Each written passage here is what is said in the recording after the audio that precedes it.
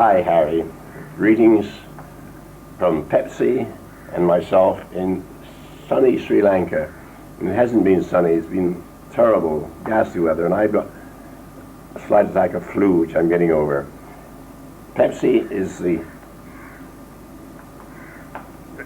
most intelligent, affectionate, demanding little dog I've ever known.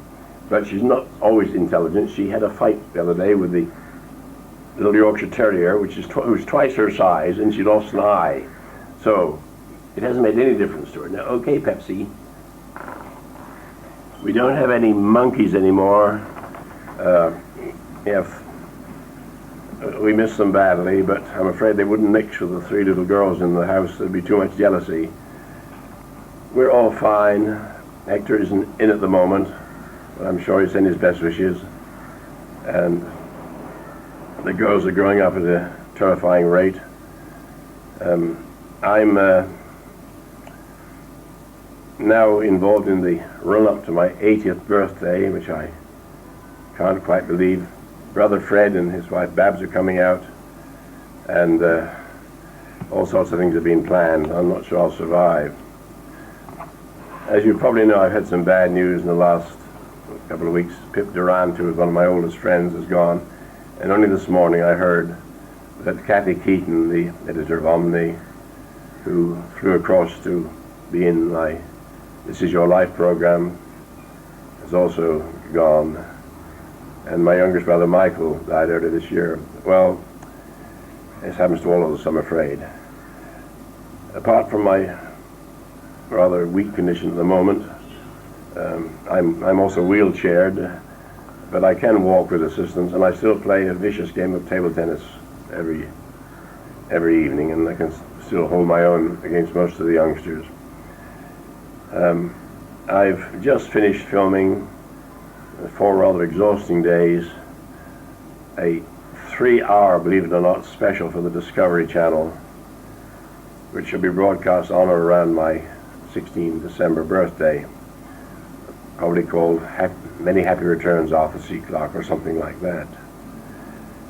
I'm sure you'll read the notification when it comes up. I'm also involved in what is my most ambitious book in some ways, a selection from the almost 1,000 articles and essays I've done over the last 65 years.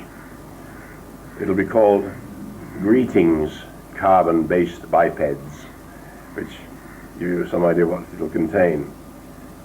It's been a tremendous job digging out articles in the 1930s, not to mention 40s.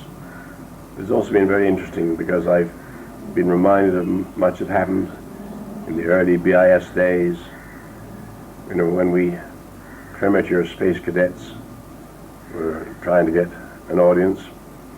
And it's rather embarrassing reading some of the things I wrote then, you know, how we'd go to the moon for £250,000, which wouldn't buy you a second-hand spacesuit, I'm afraid, nowadays. Anyway, that will be, I hope, finished sometime this coming year. I enjoyed seeing your report from Munich. I notice you're still skeptical about cold fusion.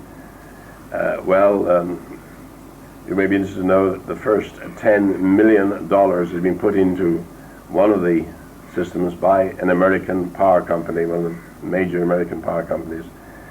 And there's several other systems now which are just about ready to go commercial. I've been bullied by my old college kings to give them $1 million or so, which I don't happen to have spare, to set up an Arthur Clarke chair. But what I've done is give them a counter proposal. I am prepared to give them a substantial sum to set up an investigation to look into some of these cold fusion devices, few of which I think really have anything to do with fusion at all. Some may be even tapping quantum fluctuations. You stop a minute.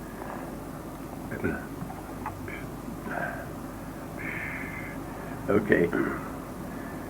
I'm running out of steam now. I can't talk for long because of my chest muscles, and the flu I'm getting over has made things worse. But You'll find me on quite a few websites. There's an official Arthur Clarke website, as well as some unofficial ones. And I spend a fair amount of time on the web. Involved with is this, that you know all about. But this particularly well-produced brochure, which contains some credit cards for making telephone calls. I don't quite understand how it works, but it's certainly a handsome production, and it's been put up by Spaceguard UK, and there's a lot going on there in that area. We're hoping to encourage a search for killer asteroids, and at this moment, by the way, Steven Spielberg is filming Hammer of God, and I don't know what the script is like, but I'm hoping that they won't mess it up, because they've also bought that old warhorse, When Worlds Collide. Now, how they can combine the two with totally different subjects, I don't know. A Fall of Moondust is also supposed to be in preparation, and quite recently that very fine actor Morgan Freeman optioned Rama, Rendezvous with Rama, the first Rama book. So there's a lot going on. How much of it will actually materialize, goodness knows. Well, there are many other things I'm sure I would like to talk to you about, but I said I'm running out of steam, and I send my best wishes to you and Jorg, of course, and let's hope I'll have the chance of meeting again sometime. Happy greetings from Sri Lanka.